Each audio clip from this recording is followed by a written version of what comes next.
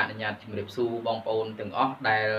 សិក្សានៅមេរៀនភាសាអង់គ្លេសតាមរយៈប្រព័ន្ធ YouTube Channel Learn English for All of Us ក៏ដូចជា Page Learn English for All of Us ផងដែរថ្ងៃនេះខ្ញុំយកចំណុចវេយ្យាករណ៍ងាយៗសម្រាប់មកបរៀនបងប្អូនចំណុចវេយ្យាករណ៍ទាំងអស់ហ្នឹងគឺវាអត់ជ្រៅណាស់ណាទេគឺសម្រាប់បងប្អូនដែលគាត់កំពុងតែចាប់ផ្ដើមសិក្សានៅវេយ្យាករណ៍ភាសាអង់គ្លេស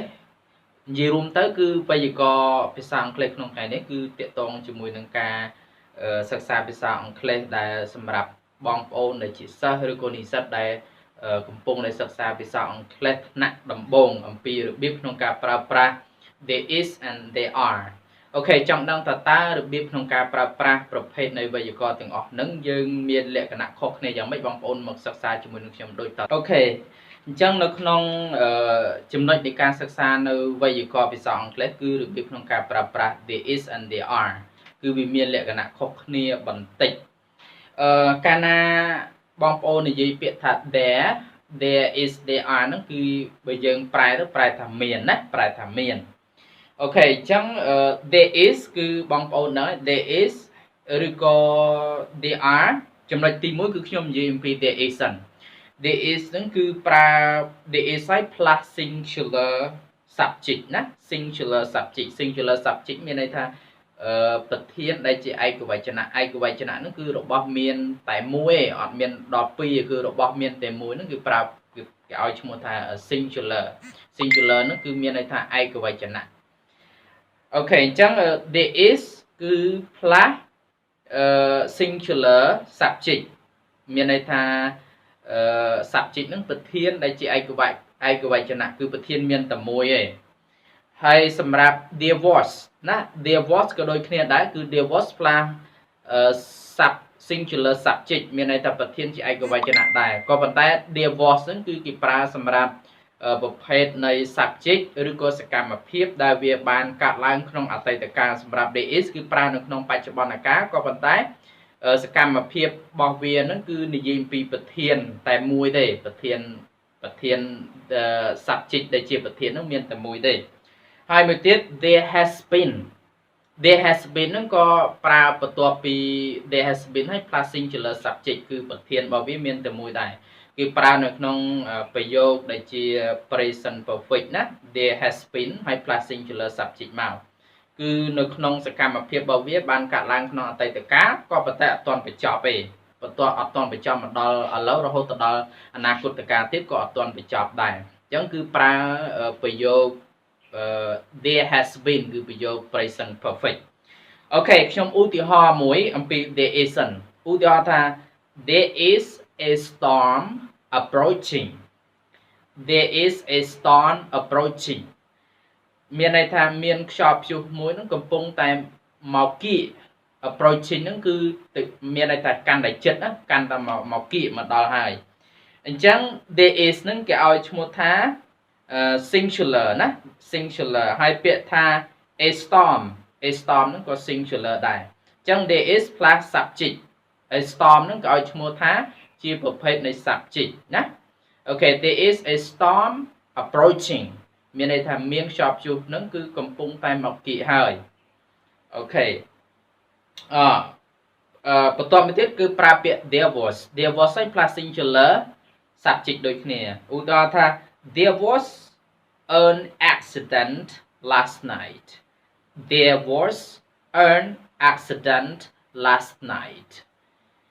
អញ្ចឹង there was an accident ប្រែថាគ្រោះថ្នាក់ណាគ្រោះថ្នាក់ហើយ last night យប់មិញអញ្ចឹង there was an accident last night ប្រែថាមានគ្រោះថ្នាក់មួយកើតឡើងកាលពីយប់មិញ last night ហ្នឹងយប់មិញអូខេអាហ្នឹងគឺ there was មួយទៀត there has been ហ្នឹងគឺដូចខ្ញុំបញ្ជាក់ខាងដើមអញ្ចឹងសកម្មភាពរបស់វាបានកើតឡើងក្នុងអតីតកាលក៏ប៉ុន្តែអត់ទាន់បញ្ចប់ទេអាចមកដល់បច្ចុប្បន្ននិងអនាគតឧទាហរណ៍ថា there has been an increase in the importation of foreign cars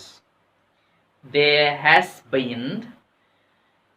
an increase in the importation of foreign cars ប្រែថា មានចំនួន there has been ក៏ប្រែថាមានដែរអូខេមានចំនួនកើនឡើង earn increase នឹងប្រែថាកើនឡើង in the importation ក្នុងសារៈប្រយោជន៍ the importation នឹងប្រែថាសារៈប្រយោជន៍ of foreign car នៃឡានឬក៏រថយន្តបរទេសអញ្ចឹងមានន័យថាមានចំនួនកើនឡើងនៃអត្ថប្រយោជន៍នៃការកើតឡើងរថយន្តបរទេសជាច្រើនអូខេចូលមកដល់ចំណុចទី2គឺ there are អូខេ there are or there were or there have been ណា there have been អាហ្នឹងគឺ there are there were there have been ហ្នឹងគឺបន្ទាប់ពីវាគឺ plus plural subject plural subject ហ្នឹងមានន័យថាប្រធានដែលជាពហុវចនៈពាក្យថាពហុវចនៈគឺរបស់ហ្នឹងចាប់ពី2ឡើងទៅគឺប្រើពាក្យ plural ហើយមានន័យថាពហុវចនៈអូខេអញ្ចឹងខ្ញុំឧទាហរណ៍ថា there are too many people at the party there are ហ្នឹងគឺជា plural ហើយ too many people ហ្នឹងគឺគេឲ្យឈ្មោះថា plural subject at the party នៅឯពិធីជួបលៀងអញ្ចឹង there are too many people at the party មានមនុស្សជាច្រើននៅឯពិធីជួបលៀងអញ្ចឹង too many people ហ្នឹងគឺជាប្រភេទនៃ plural subject ហើយ there are ហ្នឹងគឺប្រែថាមានដូចគ្នាក៏ប៉ុន្តែវាប្រើនៅក្នុងពហុវចនៈអូខេមួយទៀត there were ក៏ប្រែថាមានដែរក៏ប៉ុន្តែប្រើក្នុងសកម្មភាពអូខេឧទាហរណ៍នៅក្នុងសកម្មភាពដែលជា there were ហ្នឹងគឺសកម្មភាពរបស់វាកើតឡើងក្នុងអតីតកាលក៏ប៉ុន្តែពាក្យហ្នឹងប្រែថាមានដូចគ្នាឧទាហរណ៍ថា there were many students came to the class okay there were many students came to the class មានសិស្សជាច្រើនបានមកសាលារៀនអូខេអញ្ចឹង there were ហ្នឹងគឺប្រែថាមានសិស្សជាច្រើនមានហើយ many students សិស្សជាច្រើននៅក្នុងមកសាលារៀន came to the class there were many students came to the class មានសិស្សជាច្រើនមកសាលារៀនអូខេអញ្ចឹងសកម្មភាពរបស់វាបានកើតឡើងពីអតីតកាលមួយទៀត there have been អូខេ there have been ហ្នឹងគឺប្រែថាមានដូចគ្នាក៏ប៉ុន្តែប្រើក្នុងសកម្មភាពដែលជា present perfect សកម្មភាពរបស់វាបានកើតឡើងក្នុងអតីតកាលប៉ុន្តែអត់ទាន់បញ្ចប់ទេហ្នឹងក៏ប្រើពាក្យ there have been ឧទាហរណ៍អូខេខ្ញុំឧទាហរណ៍នៅក្នុងពាក្យ there have been ណា there have been ប្រែថាមានដូចគ្នាក៏ប៉ុន្តែប្រើក្នុងសកម្មភាពដែលជា